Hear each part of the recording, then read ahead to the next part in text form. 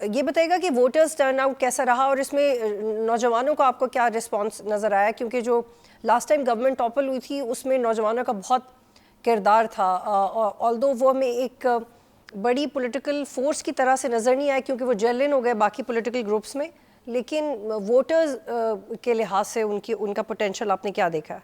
गुज़िश्ता साल जेनज़ी थी, वो जेनज़ी हमें उस तरह से जो कहना चाहिए, नज़र आनी चाहिए, वो नहीं आई और टाइम ज़्यादा गुज़र गया था।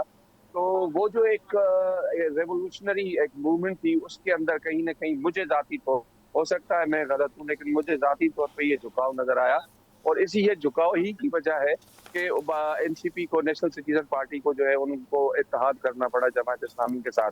और जब इस किस्म का जब इत्तेहाद इस लेवल के रेवोल्यूशनरी मामलात के बाद हो, तो समझे कि कहीं न कहीं चीज़ है। और दूसरा आप देखें कि यहाँ के लोगों का एक अपना मिज़ाज है।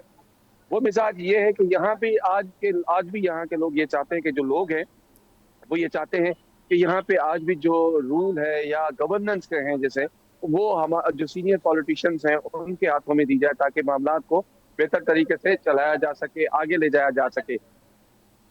ठीक। बच्चा जेनज़ी का एक अपना किरदार सोसाइटी के अंदर है, वो रहेगा। आज नहीं तो कल उसने कहीं न कहीं जाके इम्पैक्ट करना है, टच करना है।